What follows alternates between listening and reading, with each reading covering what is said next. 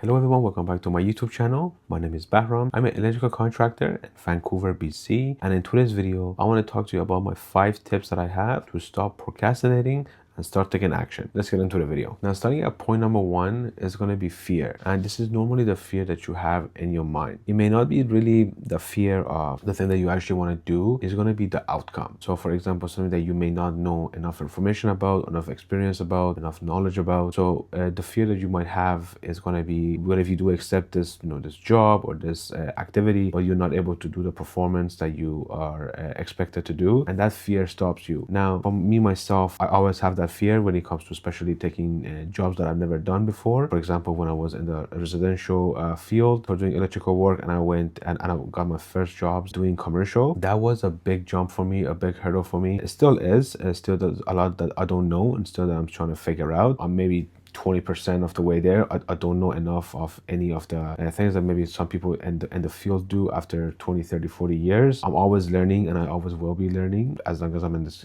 industry and in this career. And that could be for anything. Doesn't matter what field you're in or what industry you're in. That's always going to be the case. You're always learning. Be a student, because at the point that you think you know it all, that's where you're going to make a mistake. You're going to come off as arrogant and someone who knows it all. And even though you make mistakes, you try to push that on somebody else or blame somebody else for it, which is not a good look. So I believe that the fear that you have that's stopping you from taking action, it can be easily dealt with. Even though it's not very easy, it is simple to deal with, but it's not easy to deal with actually. And that's point number 1. Now moving on to point number 2, it's going to be purpose. When it comes to taking action, a lot of the time, people talk about having your motivation in place so you're able to, use that motivation to take action. I always like to take it back to purpose. What is the purpose of whatever it is that you're trying to plan and take action on? For me, it's very difficult to make, for example, cold calls. Starting out, I had to make a lot of cold calls. I'll still do cold calls and it is still very difficult for me, but I always take it back to the purpose. What is the purpose of me, for example, in this case, making cold calls? Now, of course, it is to,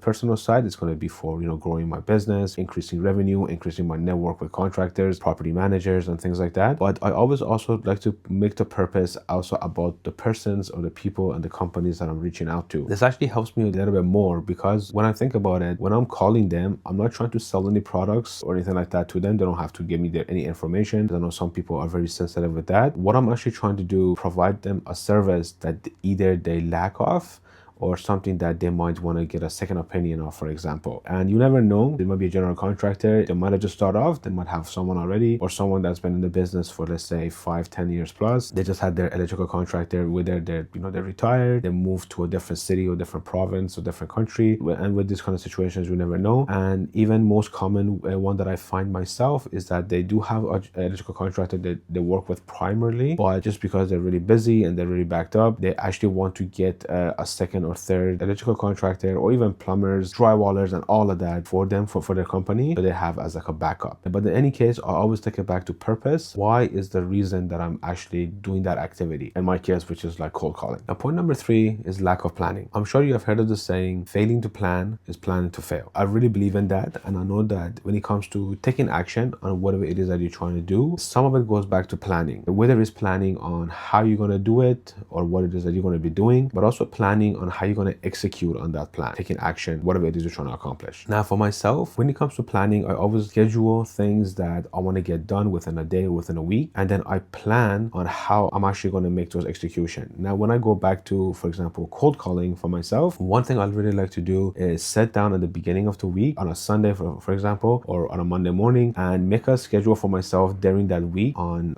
what setting, am I going to set in my home office, in my van, and then who I'm going to be contacting and how many people would I like to reach out to for that week. Now, I know some people that are very good at cold calling, or companies that specialize in cold calling services, they do probably 50, 100, maybe 200 cold calls per day. For myself, I can't do that. I plan something between 10 to 20 per day. Sometimes I have a big goal for myself, like 50 per week, and that's very high for me. But that's all right. This is very personal to everyone. It goes back to yourself as well. Whatever your numbers are that you're working with whatever field you're in, those are your personal numbers. And I really believe that you should be comparing your numbers and and your activities and your performance to your previous self. You want to make sure that you're the one that's always improving, and you do that by comparing yourself to your last week, last month, last year, or so forth. There's no point of comparing yourself to somebody else, as their situation will be different, their activities will be different, what that person might be good at might be different. And like I said, some people are very good at cold calling. In one study, they might call 50 to 100 people in one go. If I do 50 in 1 week, that's a very great week for me. So there's no point of doing that comparison and comparing yourself to someone like that. And again, it goes back to your field as well. Make sure that you're comparing yourself to yourself. Going back to the planning, you want to make sure that you plan your days and your weeks, whichever it may be, to make sure that you're able to do the activities that you plan to do, to start taking action. And by doing that, even though you might start small, that's okay. You have to start somewhere, and starting is always better than just sitting there and procrastinating and never starting it to begin with. So that's for planning. Now, point number 4 is going to be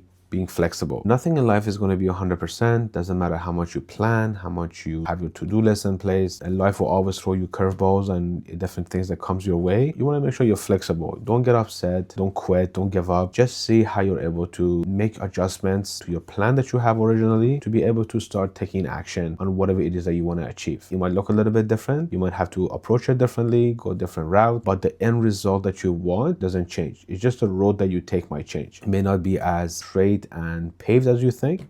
You might get some rocky roads, but that's life, and that's okay. And everyone goes through that. Even for myself, for anything that I've done, it's never been what I planned. I always have to go back, make changes, make adjustments, see what are different ways that I can accomplish whatever I want to do, whether it's in business and family, real estate, whatever it may be. Always think about that. Always be flexible, as life will throw you different curveballs, and you want to make sure that you're able to deal with them, even though they might hurt a little bit. But it's good to sit back, take a deep breath, and see how you're able to handle it. And that's my best advice on that as well. Now, the point number 5 that I want to talk about is to celebrate your accomplishments, no matter how small they may be. Some people have goals to maybe have a revenue of $1 million, and they start off with 50,000 per year. They go to 100, 200, 300, but they obviously are not happy or excited about that, because they're only focusing on that $1 million per year revenue that they're trying to accomplish. And that's the wrong way of going about it. I honestly believe that, even personally, when I went from making 50,000 a year to 100,000 a year for revenue in business and also for personal, but it might be something that's important to you, and you should celebrate those. You should definitely celebrate those, personal for yourself or with your friends and family. Maybe go for like a nice dinner, maybe a small getaway,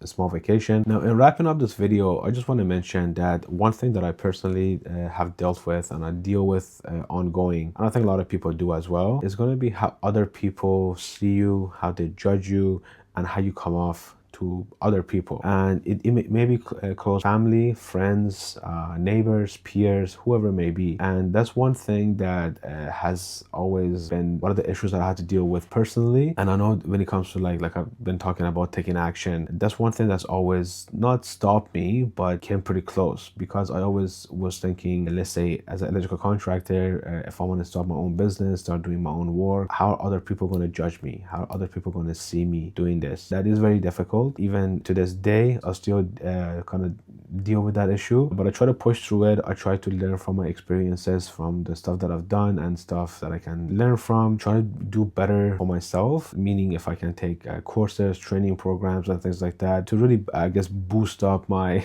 my kind of experience that I have and kind of my confidence, knowing that I'm trying my best to become better. And that's a really key point as well when it comes to taking action, is that you want to go through the whole list that I mentioned to you, but you also want to think of ways that you can have enough confidence in yourself and in what you're doing to be okay with taking the action that you want to take. And I believe that's very strong. Thank you for watching my YouTube video. Please like and subscribe down below, and thank you for all my new subscribers. Please leave in the comments below any videos that you would like to see from me next. I do have some other videos on my channel here that I've been posting, so please watch those and let me know what you think. Take care, stay safe, and we'll see you on the next one.